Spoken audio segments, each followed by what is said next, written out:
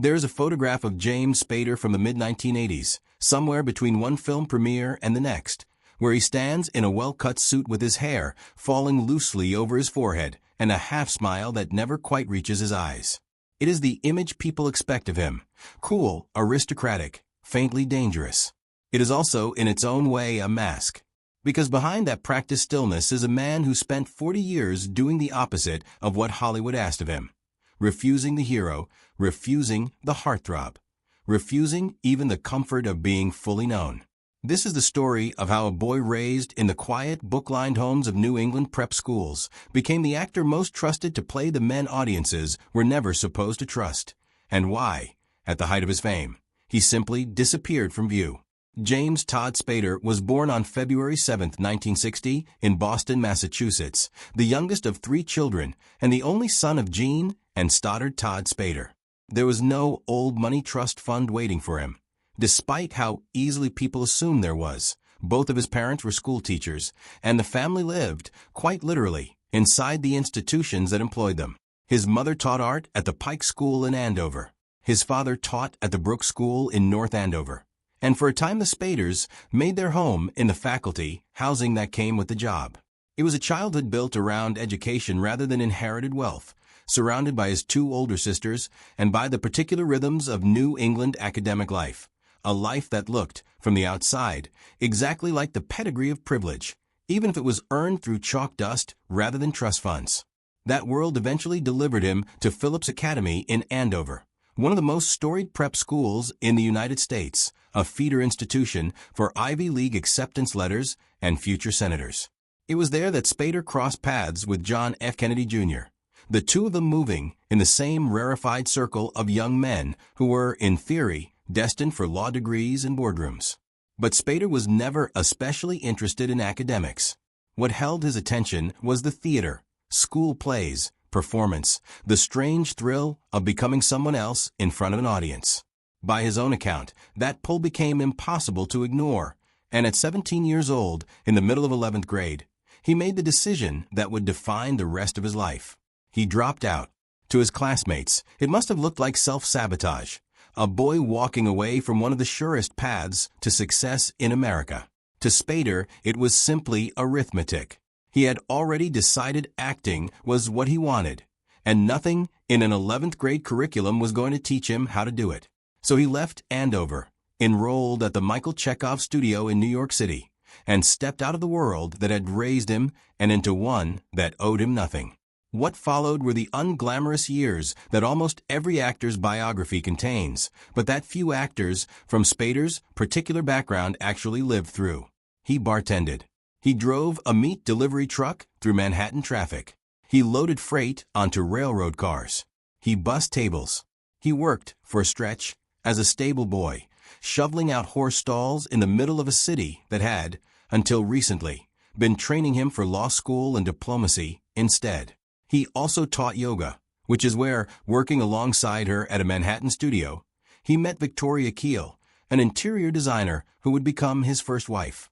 They married in 1987, had 2 sons, Sebastian and Elijah, and eventually divorced in 2004 after building a life together through the hardest, least certain years of his career. Those working-class jobs were not simply survival. They were an education of a different kind, one that gave a boy raised in faculty housing and prep school hallways a first-hand sense of people and situations far outside his upbringing. It is not hard to see that education surfacing later in the specificity and control with which he built his characters. His first real break came almost by accident, tangled up with one of his many odd jobs. Spader took work as a bartender and general laborer around the fringes of the New York theater world, and it was through those circles that he found his way into small roles. In 1981, at 20 years old, he landed his first credited film part in Endless Love, playing the brother of the film's lead, Brooke Shields. It was a minor role, a handful of lines, a face passing briefly across the frame, but it was proof, to himself if to no one else, that the decision to leave Andover had not been a mistake.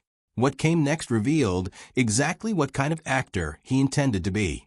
In an era when Hollywood was minting a generation of young, likable leading men, the so-called Brat Pack, all easy charm and boy-next-door warmth, Spader had the right face and the right age to join them, and he chose not to.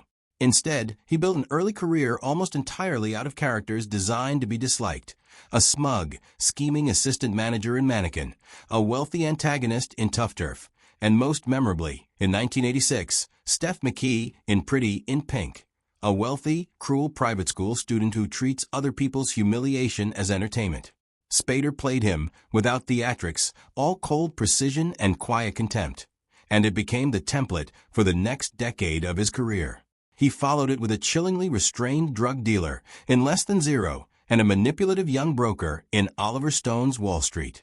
By the end of the 1980s, Hollywood had comfortably filed him under a single heading: the actor who played rich, rotten young men so convincingly that audiences forgot to notice how good-looking he was underneath it.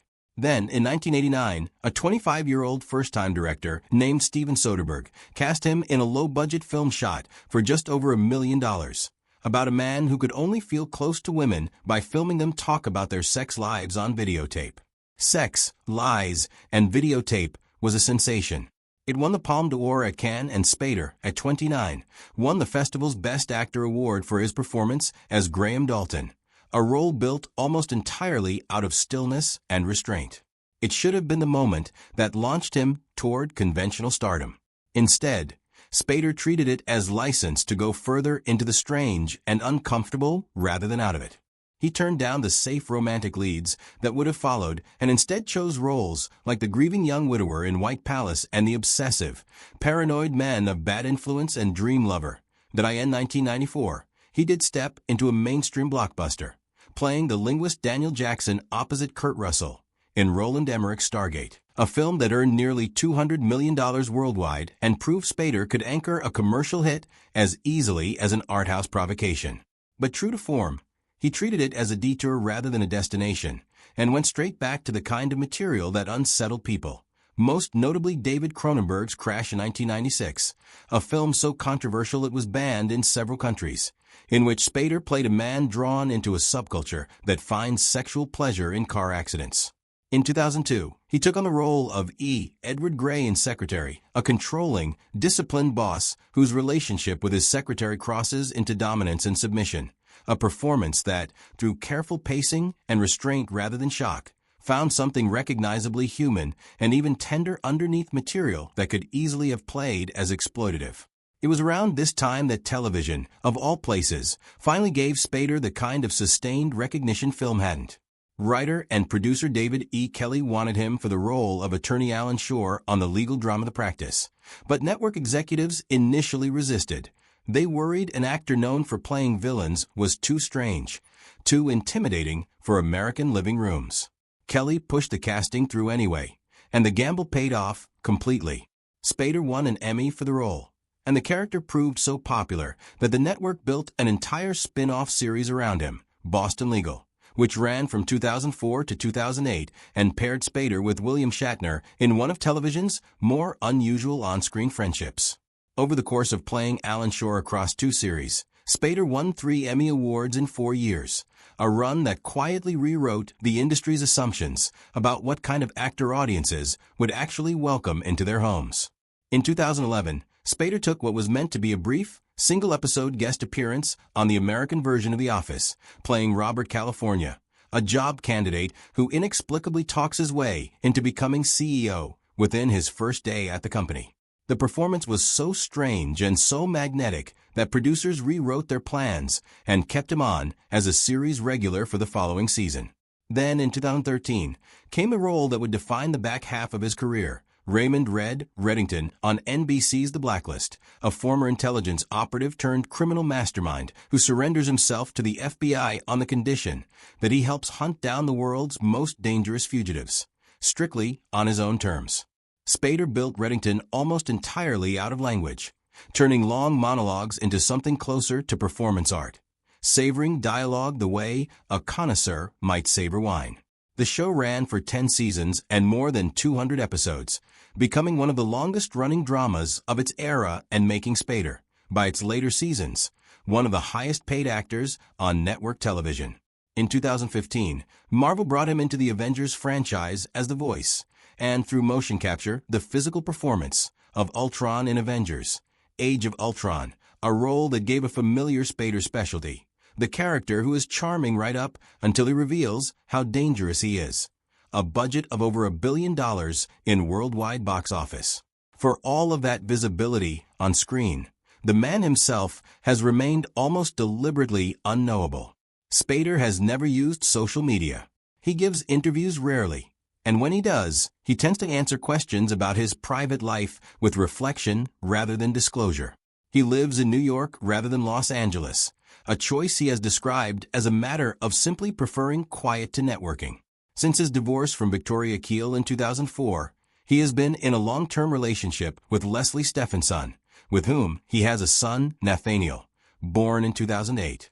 In a 2014 interview, in one of his rare moments of candor, Spader spoke about living with obsessive-compulsive tendencies, describing them not as a dramatic affliction, but as something that, in his work at least, sharpens his focus and attention to detail, even as he acknowledged it makes him someone who is not always easy to be around.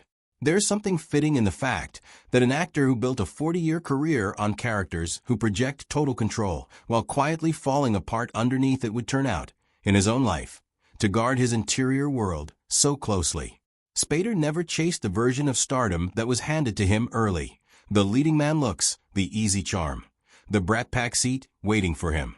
He chose instead to spend decades making audiences uneasy, fascinated, and unable to look away, and in doing so helped build the template for the modern television antihero, the ancestor of characters like Walter White and Don Draper. He was never interested in being liked. He was only ever interested in being true to the strange, difficult, magnetic characters he saw clearly, even when almost no one else did yet. What lingers, looking back across that career, isn't the net worth or the award shelf, though both are considerable. It's a pattern underneath them. A man who was handed every advantage a comfortable intellectual New England upbringing could offer, who walked away from the safest version of his own future at 17, and who then spent the rest of his life choosing the harder, stranger, less flattering role every time the easy one was on the table. That is not the profile of a broken man. It is the profile of someone who simply decided very early exactly what he was and was not willing to trade for approval, and who has kept that bargain quietly and on his own terms for more than 40 years.